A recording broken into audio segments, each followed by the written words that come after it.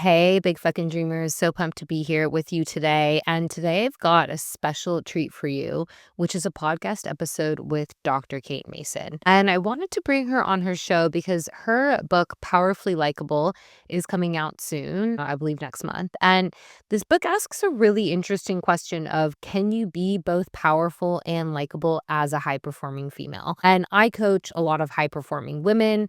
If you are listening to this podcast, chances are you are a high performing woman. We may have got some men on here. If you're a male listening, let me know. I'd like to hear from you. Kate and I really discuss all things about what do you do if you are having a lot of friction with people at work. And I also wanted to dispel myths about people pleasing and if people pleasing makes you inherently more likable or dislikable. So it was a super interesting conversation, and just a little bit more about Kate. She's an executive communications coach. She's also a world champion debater, which is just fucking badass. And she's an author, and she works with women leaders at companies like Google, Netflix, Uber, Microsoft, all the big tech companies to help them navigate the tricky act of communicating while female at work. So I would highly recommend listening to this episode. Obviously, I'm going to say that because it's my podcast. And also, if you want to order Kate's book or pre-order it, I've read a copy of it. It's really fantastic. You can find all the links in the show notes. You can also sign up to her Substack. So I hope you love this episode. Also, let me know what you guys like. Do you guys like guest episodes? Do you guys like solo episodes? I really want to hear from you about the format that you'd prefer. Enjoy this episode, my big fucking dreamers, and I'll be back with you guys in 2 weeks. Kate Mason, I am so happy to be here with you today, and so excited about your new book that you're going to bring out into the world, Powerfully Likable. So why don't we just kick it off? And I'm really curious about this topic of being likable. It's something that I'm actually coaching on a lot, and especially with my one-on-one clients, which is more executive coaching. But I love to hear from you. What prompted you to write about this? Was there something in your life where you were like, okay, I really am super interested in this topic. I'd love to hear about that before we get into it. Yeah, well, thanks so much for having me, Hannah. I'm delighted to be here. I have always been interested with the opposition or dichotomy, I guess, between power and likability, or that's what it feels like, I think, to many of us, right? It feels like you can choose one, right? Mega authority, hyper powered, no friends, or you can choose the other one, the super amenable, hyper obedient, people pleasing doormat. Right? It feels like these are our two options, and like never the twain shall meet. And I was always really interested by this because I realized early on that both ends of that spectrum are very useful, and we shouldn't be sort of at the outset precluding any options, right? That I didn't want to give up any power. I like being authoritative and decisive and in control of things, but I also like being connected and having relationships and see the currency and capital in doing that. A lot of the book really comes from my own preference of this is not an either or, this is a both and. Interestingly, I think both of the terms, power and likability, are super subjective, right? What's your version of those things is really different to mine and is different to the next person. So it's very much about how do I find a place where I'm being faithful to who I think I am, but also doing the work the best service I can, right? Like not undermining myself or dimming myself in service of something that feels inauthentic. Was there a specific instance in your life that made you want to write a book about this? Because it's such a meaty topic. And do you think of what you said that people sometimes think it's either or, and how do you blend that together? But I'm wondering if there was a moment in your professional life or even in your personal life that led you to this. It's funny to write a book now and have something that's kind of so old affect it. I was a world champion debater when I was 18. In the lead up to that, I was always in all boy teams, all male teams. And at some point in my debate career, probably I was about 16 or 17, I was so proud of a debate I had given. It was a pretty high profile one. It was lots of people were there, lots of really experienced coaches. And I sat down and I was really pleased with the arguments I'd run. You know, that feeling of just like, oh, yeah, I think I really nailed it. And one of the coaches who I'd never met before, but was there to give us specific personal feedback, commended all of the boys, all of the young men on what gravitas they had, what presence. They ran these really strong arguments, said, oh, yeah, you really, really impressed us all. And they got to me and they didn't comment on anything I had said, but they said, Kate, you just can't be so angry. Or have you thought about not being so aggressive? All of the comments were about the way I had said things and not what I had said. And it took me a long time, honestly, to work out what exactly about that stung. In the moment, of course, I was like, wait, I kind of did exactly what they did. So the inequity of it at the moment, in that moment, really stung. But ever since, I've realized that the ability I have, or that I innately kind of possess, which is I can be full pedal to the floor, bulldozer, take your argument down. Like, I have that. But it wasn't going to serve me in exactly that format. And one note rarely serves any of us in the same way, right? It was a time I look back on a lot and have looked back on a lot since, where I was like, oh, I need to develop all of these pieces along this spectrum, right? People who met me first as a debater, afterwards when we had become friends, sometimes years later, said, oh, I thought you were going to be really mean. And I was like, what makes you think that? And of course, they had only seen this really small sliver of me. So it was very clear to me from a pretty early age that we all have lots of different places we can inhabit along that spectrum of essentially power and likability, right? And what was incumbent on me at the time was, how do I find a place? And I, by the way, got this wrong for a long time, but how do I find a place that I think fairly represents in that context, the intellect or the argument or the logic, coupled with a sense of actually who I am? Like, how can I feel like myself when I sit down at the end of that debate? Wow. I think, especially for me as an American female living within Australia, what got me there in the US doesn't get me here in Australia. It's a very different market to work in. In the US, I have found that, when I was quite aggressive, especially in my sales style, like a lot of people really took to that. That was very encouraged. Then when I got here, it was like, you're a bulldozer, you're too much, like tone it down. You can't kind of be that big. You can't be that loud. And it's interesting also different cultural contexts as well about what is kind of encouraged. But then also, of course, male and female dynamics. Like we unfortunately can't ignore that that is a reality today, especially as I do coach a lot of high powered women Yes. and that, yeah, that, often have issues with this because they may also be more competent than their peers, but then can come off as aggressive. I'm wondering if there are, because I kind of have two different camps of clients. And sometimes clients, they're super likable, but they're almost on the people pleaser side of the spectrum, on the caretaking, the overgiving. And then if we think about it on a spectrum, then I sometimes have clients that can be perceived as aggressive, unlikable, but I've really coached them on how to do that. So I'm wondering, let's look at, are there some strategies and tactics that you could use if you feel like you don't give great first impressions or you don't come off as likable, especially if you are a female in a senior or an executive position, even if you're a leader of some sort? Yes, it's a great question. So the first thing I would say is you're probably your most likable, and I mean that with the full awareness of how subjective that is. You're probably the most likable when you are comfortable and when you can sort of channel what's key about yourself. So in your example, when you said, "Oh, I was told I was a little too much or a bit more aggressive," it's probably uncomfortable to dim that down, right? Like, you're probably feeling, "Wait, this is performative. Doesn't feel like myself." So I'm very careful not to say, let's be performative and do something really different. I think the first step I would do is work out, where are the moments where that individual, say the person who's struggling with being likable, where do they feel most within their own zone of power, right? Where do they walk out of a meeting or an interaction thinking, yeah, I nailed that. I did something really good, right? And then I ask them the same question in the inverse. Where are the moments where you feel like, ooh, that did not go as I wanted? What were the conditions around that? What was happening that made that be the case? And honestly, part of this process is just listening and noticing those things for a little while. And over time, you'll start to see patterns. Oh, I realize, I tend to cut to the chase really quickly, right? I don't do small talk. And people find that, jarring, or I tend to get emotional about something, right? I get frustrated and people puts us at a distance.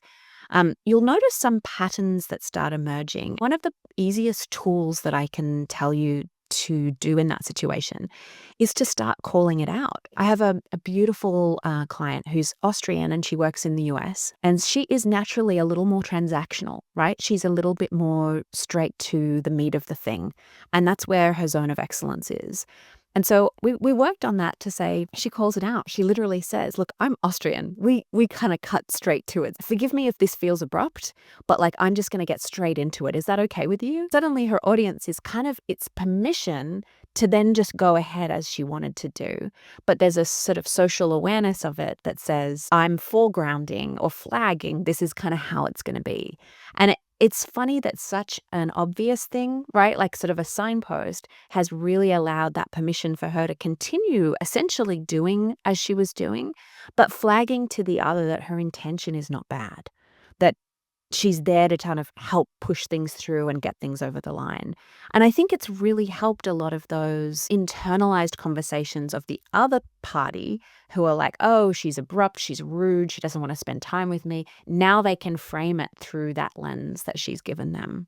So the tool, I think, of calling something out is something that I would really encourage folks to just experiment with and see if it starts to loosen things up for them. And then there also needs to be some sort of self-awareness about what you're doing. So I think in order to do that, it's almost like keep a log and keep a diary Yes. of what is going on for, okay, in these 2 weeks, I'm going to see when people warm to me. I'm going to see when people shy away from me, what it is that I did.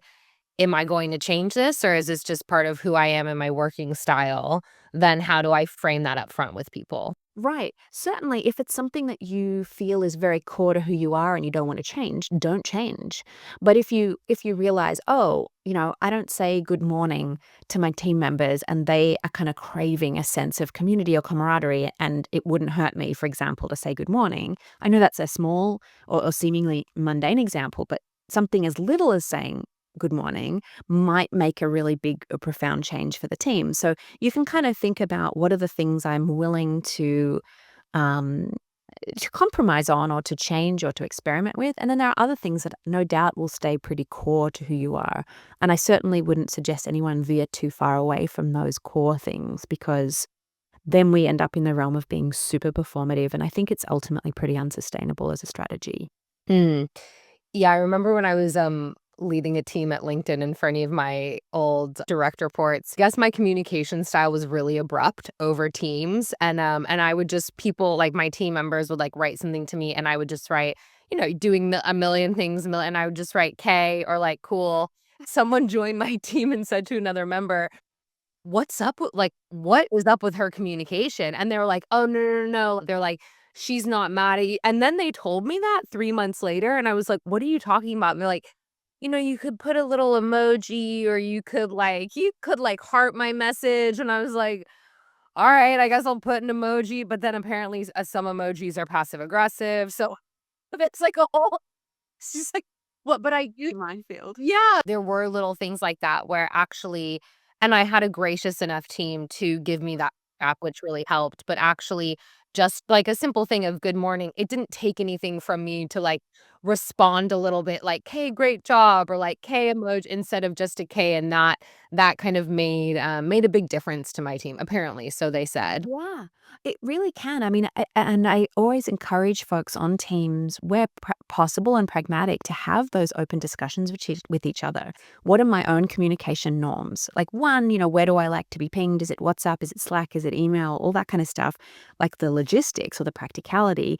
But then two, you can even, again, call that out and say, I'm in a million different things. If I just put KK or SG sounds good, whatever it is, please don't take anything personal. That's just me wanting to give you a respectfully fast, reaction, and let you get on with it and let me get on with it. And even just having that, you can kind of think about it like a communication love language, right? Some people won't think anything of that, and some people will be mortally offended. So just giving a name to it, putting that in vocabulary, I had a report once on my team, a wonderful woman who her love language was getting quality time. That was like the way I would think about it. And we often had a one-on-one on a Monday that I would often move. I would move the time of it or I would move it to a Tuesday because Mondays were a particularly chaotic day. And in my mind, I was being respectful that I wanted to give us the full hour and I wanted to, be present and ready and uninterrupted. And in her mind, it was like, Kate doesn't care about me. She's moving, this meeting time. And it took us quite some weeks for her to actually say to me, I'm a little bit offended when you keep moving this. Is it not important to you? And I realized, oh my gosh, of course not. Like my intention was really the opposite. And so it was very helpful feedback for me because I was like, fantastic. Let's put our one-on-one at like Tuesday morning, 9 a.m. I will never move it. And I promise like I will give you my full attention in that time. And she was like, that's so much better for me. It was causing her great angst that the time kept moving. So sometimes just giving vocabulary to these things or sharing with each other um, in the pragmatics of communication, in this sense, a meeting time can really make a huge difference in the other person sort of psychically getting ready for that interaction. Yeah, it's interesting that you say this because there's actually so much that goes into being able to facilitate a conversation like that. Someone that is a direct report has to feel psychologically safe. Then the leader has to not be defensive and take feedback. So, because what you're also saying is, in order for you to be, I'm just kind of going off of this, but my interpretation is also to be powerfully likable here, there needs to be a culture of communication and feedback where someone feels it's okay to give you feedback and also the leader can receive that feedback without being defensive, without attacking and saying, okay, then how can I adjust my behavior so that we both can win here? That's kind of a whole different conversation. But I think it's really imperative in the realm of this to be able to create environments where people feel like they can actually say these things to you. Yes, that's a really good point. Certainly, I always encourage folks to say, like, I mean, I know we say feedback is a gift, but I feel like sometimes it's a gift we want to return, right? Like we're like, oh no, thanks.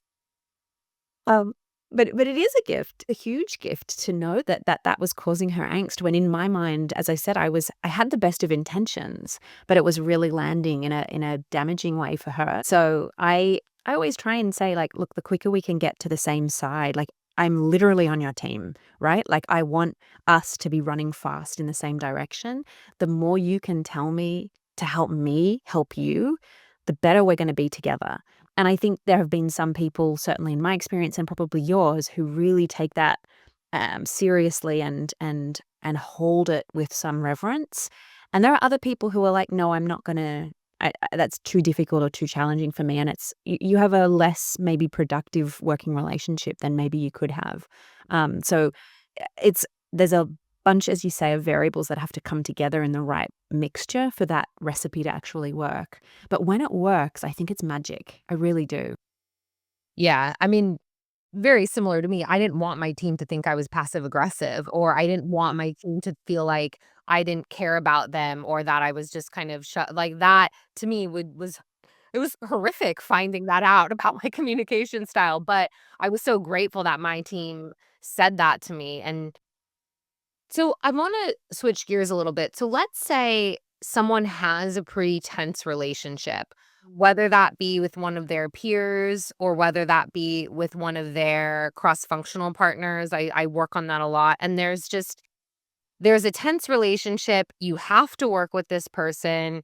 Potentially you're even reliant on this person as well to execute and to get a lot of your job done. You know that they don't really like you, but you also don't really like them. Mm. How do you go from here? What would you recommend? I think there's a lot of strategies I can think of, but one of the things I want to pick up on what you said is something I see a lot too, and I hear a lot as well. I'm sure you do, which is they don't like you. And that's unless someone has actually come out and said, I do not like you, we make up a lot of those stories, I think, in our head. So your team member was thinking, oh, she's writing okay on a Slack. She doesn't like me, or she's frustrated with me, or she's angry with me. Sometimes, and I'm not saying everything exists in your own head, but sometimes things only exist from one side. And so I would always pressure test that with someone I'm working with to say, do we know that? For sure, sometimes we have very clear evidence for that being the case. So I'm not gaslighting somebody into believing otherwise. But if it is just your assumption of something, press against it, prod that a little before, assuming that is, maybe they were having a bad day. Maybe there was, something else going on. But let's assume in your excellent example, we have this difficult stakeholder. We don't see eye to eye, or we're feeling kind of at loggerheads on something. And as you say, we need each other. Sometimes the best way to do that is to understand. So there's a couple different ways I'm going to walk through, right? Because people are very different. One way is, okay, they are not like me, right? Our communicative norms, maybe our general values are kind of different. I'm not going to make them the same as me, or we're not going to end up on that same page. So what's the best working model I can give for a transactional getting things done relationship, right? So that's kind of conceding at the outset that we're not going to be at barbecues at each other's houses, right? This is not going to be our future, but how can I make us get things done? And you'll start to see, if you think like that, what do they care about? Where do they put currency, right? Are they a getting things done person? Are they a results person? Are they a process person? What are the things that they really either like or put emphasis on? And can you align what you're doing to their language? And what I mean by that is you could say something like, Hannah, I know you love to see the process, so I've put together some documentation here for how we're going to do that. When we catch up next week, let's spend some time on that, and then we can also talk about how we're going to start executing. Right? So you're trying to shift a little bit and saying, I see you. That's something you care about. I'm not blind to it. I'm accommodating to that, but I'm also flagging that I need my side of things done. Right? So people can feel quite seen if you've taken a minute to think about that. I'm working on the assumption that this person isn't outwardly a toxic person or a dangerous person. So these are more just those interpersonal rubbing up against someone and it not feeling exactly right, in your personalities. Um, the second strategy I would think of when I think about that person is to similarly have a conversation to call it out and just have a chat, which requires dexterity, and I see that. But to say, hey, I just wanted to say, I'm feeling some resistance from you when we talk about this, or I feel like you might be frustrated with me with how we're handling this. And that's certainly not my intention. I really want us to be great partners here. Is there anything I'm doing or could be doing that would help us get forward here? Can we have a conversation about that? And you might even say, I'd love to have a conversation with that next week. Right? You might just give them the grace to have some time to actually process that. Say, I'm open to that. If you can be regulated and calm in that moment too, you're kind of giving them permission to say, yeah, actually there is something, or, it really bugged me when you did A, B, and C, or I didn't like the way you handled X, Y, Z. All of that is in service of getting great data. And when we have that data, then we can work on how we want to accommodate it. Sometimes it's data that we're like, you know what, that's outrageous or unreasonable, and I'm not going to accommodate for that. And other times, to your point about the Slack messages being abrupt, you're like, oh God, I'm going to add an emoji and we can all move on. So when you can find more data is I think a very powerful position. And just to be unrattled by it yourself, right? It may come back and be something you don't kind of necessarily can get on board with. That's okay. I think a key that you said there is also being very calm during this conversation. You want to have strong emotional regulation. Yeah. But then also, if someone says something, knowing that you don't have to respond in the moment Yes. and that you can take what they said. Not I think defensiveness also, tell me, you're the expert here, but what I've observed is defensiveness really starts to kill this conversation, because if you're asking for feedback or trying to level set and then you're being defensive about it or about what they say, then it's going to create a more contentious environment. So I always advise my clients, if you're going to have these types of conversations, take the feedback and then process it. Process it with me, process it far away, but you don't need to respond in that moment at all, especially if you're heightened in any way. Yes, absolutely. I think so many of us assume that communication is kind of in a firing squad of sorts, right? Like I'm under this spotlight or I'm here and it's now or never. And you're absolutely right. One strategy is to say, thanks so much for telling me. I'm going to take some time to reflect on that and I'll catch up with you next week or, at another point to talk it through. So you can always do that. No one will judge you for wanting to be reflective or thoughtful. Um, y- you know, asterisks unless it's a super urgent sort of conversation. But the other thing I think that is really important that we talk about there is calm. I have a whole chapter on calm because I actually think it's one of the biggest communication superpowers that you can summon. And there's lots of ways to do it. And I give a lot of strategies about it. But why it's so helpful is that I think we forget that we're animals, right? We're so in these high, esoteric ideas and concepts and frameworks in work that we forget that we're animals. And what I mean by that is good communicators impart information, right? That's a good communication. Great communicators can change the room that they're in. We pick up things. It's contagious. We can influence the feeling that someone has. And we do that with like lizard brain. This is old, ancient juju, right? Like it's not.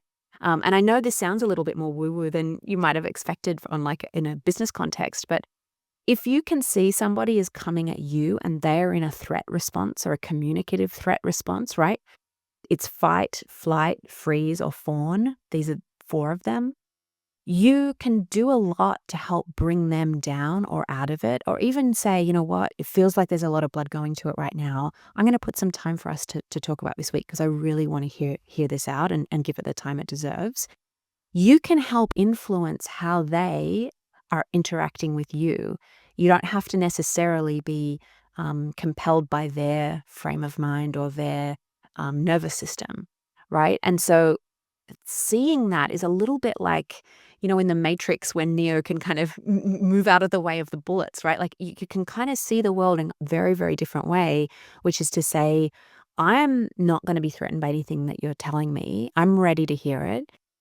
It gives a lot of permission and a lot of, it can help change or help co-regulate the person that you're in that conversation with. Yeah, I think the co-regulation as well Mhm. can be extremely important, but it's also I love what you said about, a good communicator can get your point across, but a great communicator can really influence the room and change the room.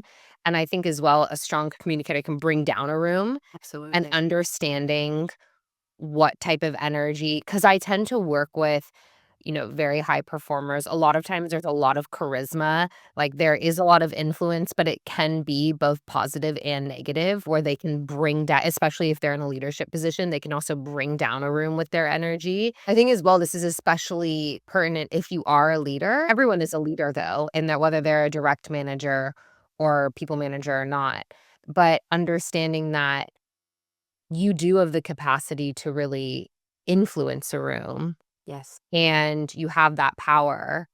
And no, but also, I do just want to impart on people that this is a skill that can be learned and really encourage people also to get your book because if you don't have this skill, it is something that can be taught and it is something that can be learned. It's not just innate. Yeah, it can absolutely be learned. And the beautiful thing about learning it is that it taps into something that we do already have, right? Like you could go and learn, I don't know, buy a textbook on economics, right? And it's new and it's conceptual and it's frameworks and it's obviously very important.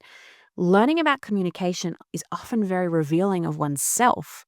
You start to make sense of like, oh, that's why I feel dread in those situations, or that's why that feels really good to me, or how can I find more of that, right? It's a very, it is a conceptual, frameworked, interesting intellectual exercise, but it's a very revealing one when we start thinking about practicing it every day. And that's I think what fascinates me endlessly about it is that it's different every day. It's different for every person. It's different in every context. So there's not a 5-step, listicle here. So be gentle on yourself when you start learning and observing things in yourself. I would say to the listeners, because it's a process and I think a really beautiful one when you start realizing, oh, that's the thing that was holding me back or that was the blocker for me, how awesome. Now I can work out good strategies for myself, right? And that's what I assume you love with your clients too, right? You identify those blockers and then you work out how to get them out of the way. It's a really generative and beautiful process. Yeah, it's quite fun. It's like it's a puzzle. We just have to work out all the pieces are there. I've never met someone where there's no hope. Like I'm like, "Okay, great. This is where we're at now. This is where we wanna be. Right. Let's make it better." I've had multiple clients actually who are very talented, but then also be performance managed or put on performance improvement plans, or even be let go of jobs because of their interpersonal communication. Yeah. And I have really beautiful, also self-aware clients who are like, I want to improve on this. And like kind of the goals that I set for them is you should be able to walk into a room and be able to work with any personality.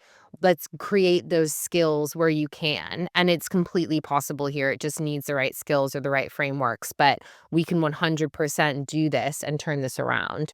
Yeah, of course. I mean, it's like any other skill. It's buildable. Just like if you've never spoken Italian, you know, you shouldn't be beating yourself up for never having learned Italian yet, right? But now's the opportunity. You're like, "Oh, great, now I can start." So there's no wrong time to be able to adapt and take it on.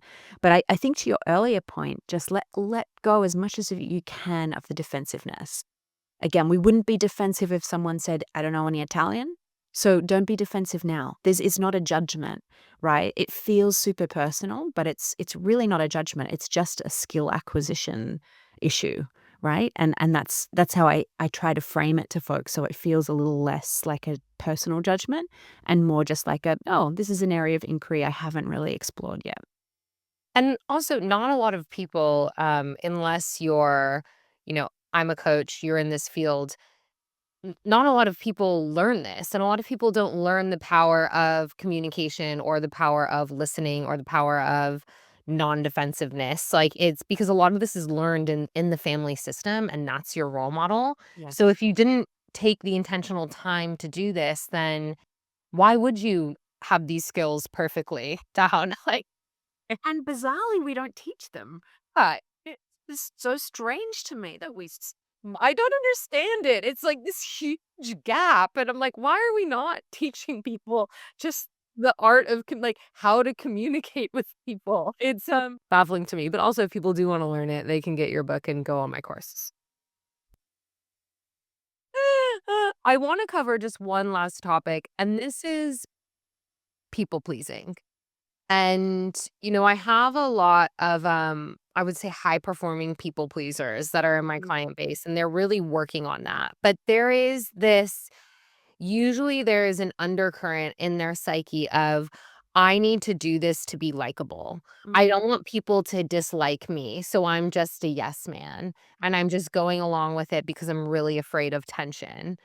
Where I've kind of seen the opposite, where usually the people that I mean, there can be some quite polarizing personalities, but people that are strong in themselves, that kind of can uphold boundaries, like a healthy person will generally gravitate more toward that person. So I'm wondering about people pleasing and likability, and if we can kind of break some myths on that, or your perspectives on that in general. Yeah, so such a meaty one. So people pleasing is one of those terms that sounds great, right? Of course, I'd want to please the people around me, right? Like no one I think goes into work being like, I want to be an anti people pleaser, right? So I have much sympathy for the idea and the notion about it. I think the practice of people pleasing is ultimately an unlikable one. I think it's actually goes the other way because what it does is it often makes you say yes to things you don't wanna do, right? Which is unsustainable. It often makes you say yes to things you will not be able to get on time, and therefore will let down the other person that you've promised to do something. It often makes you resent having said yes or doing the thing in the meantime, which is like a negative sentiment that can kind of transpose onto that person. So it actually, in the very instant of you saying yes, may serve you, right? That person may think, oh, thank goodness they've said yes. But from then on out, it's gonna be running against you. And oftentimes will be very irritating to someone else. Certainly as a manager, I hated when someone says, "Sure, I've got it," and then comes back and says, "Actually, I don't got it at all." I would have much rather an honest, upfront appraisal, right? That would have made that person much more likable to me personally, because I would have said, "Oh, great, they're so aware of what's on," and if they had said, "Hey, I've got these 4 things, how should I prioritize this in relation to them?" I would have been like, "Wow, they're so on top of what they're doing, and they're asking my input. This is really I'm in safe hands." Um, so I think part of it is decoupling likability and people pleasing at the outset, right? It's not automatically a likable quality to say yes to everything. Second, if it is something that you think makes you likable, right? Being amenable or saying sure or saying yes, decide what genre you want to accept in that category. And what I mean by that is, um, if you okay, so a great story I talk about in the book actually is that when I moved to San Francisco, I was super excited to meet friends and make friends. And a group of amazing women I got to kind of know, and I thought I'd love to be friends with them. And one of them sent me an email saying, "Would you like to come to this dinner and an opera night?" I was like, "I hate opera. It's not my thing. There's no part of me that wants to do that. But I really, really love this group of women. And what if they never invite me to anything else? Because this is like the first invitation I've got from them." And I ummed and ahed over it for a minute, but I was like, hang on. If I write back and say, yes, I want to go to this opera, I'm immediately going to be annoyed at myself. I don't want to go. I don't want to get dressed up. I don't want to pay money for the ticket. Like, just nothing about it was interesting to me. So I wrote back and I said, "This sounds amazing. I would absolutely love to see you again. Can I meet you for dinner afterwards?" Like, opera, I don't really understand much and it's not my thing, but I would really, really love to see you for dinner. If that's okay, let me know. Right? Now, she had the option to say, "No, actually, everyone's going to come do both. We'll see you next time." But she very graciously said, "Yeah, absolutely. Come to dinner." Right? So we can kind of suss out, and I know that's a social situation and not a work one, but I always tell people to think about, is there a part of that thing I do want to do, right? And how can I show up to that with like really good energy and happiness? And I came to that dinner full of like myself, my happiness, my equilibrium. And actually some of the other women kind of whispered to me like, "Good call. Like I should have missed the opportunity." So, how can I show up in a way that's bringing the best of me, right? And doing the thing that I can feel that I can give. And to me, that's a very, very, whether it's likable or not, it's a very clear way of summoning the best of yourself to be present at a situation rather than like my foot dragging, resentful, "Sorry, I'm late. I didn't even want to come" self, right? Which wouldn't have been a good vibe. So I think about things like that. Now at work, obviously, it's a little trickier because sometimes you have to do the thing, right? And you have to be a bit more skillful about how you talk about it. But oftentimes it's just making your own workload visible and saying, "Look, I'm actually at capacity right now. It sounds amazing. I'd love to help at a future one, but I can't on this one." Or I have a bunch of examples in the book kind of going through, if it's this example, you might say X, just to really model it out so folks can understand how that might look like in real life. Yeah, and I even have clients that will volunteer to take on more work as part of their people pleasing schema when they're just volunteering and then they're saying, "Oh, let me just do that," when they're completely at capacity. So it's not even sometimes when asked, it's actually understanding if that is your tendency.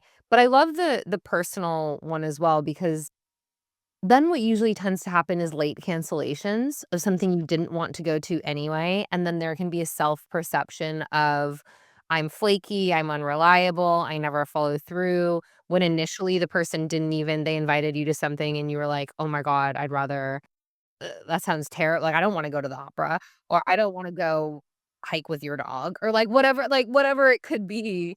I think I like to also tell my clients, like, pause, are you if you're kind of a 100% yes man right away, but then you find yourself flaking later on, pause when a request comes through, like, you don't need to respond right away. You can take an hour or even a day to respond to a request. That's completely fine. I do like what you said about what would you enjoy about that situation? Like, is there something that you do want to go to? It's not just an all or nothing, and there is some negotiation as well.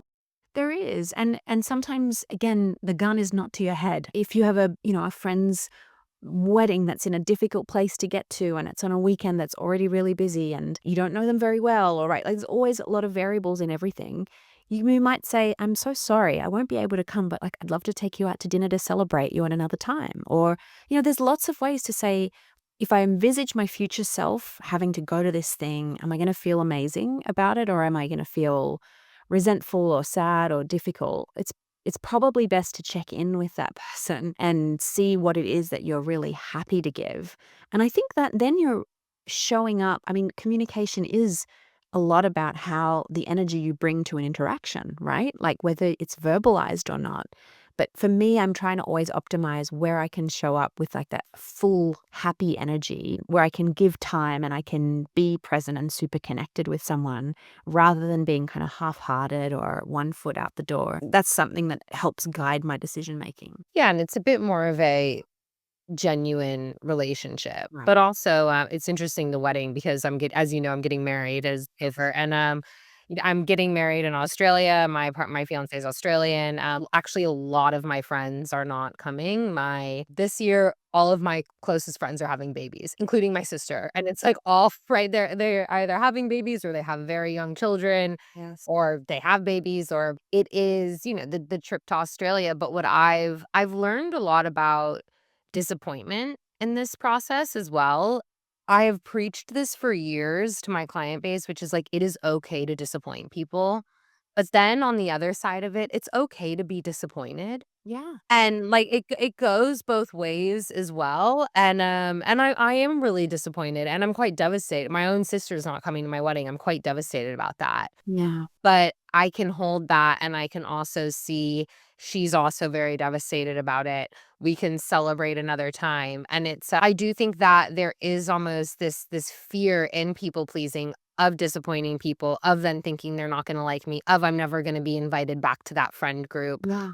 But I think of what you said, which is so brilliant, of if you are genuine about the relationship, then you come to the relationship happier. I do. And then which then is intrinsically more likable because then people wanna be around you more. Yeah, there's no sense of obligation, right? And I love what you said as well about like you are both allowed to disappoint and be disappointed, and even to communicate that, right? I'm sure that you've said to your sister, "I'm gutted that you're not going to be there. I love you so much.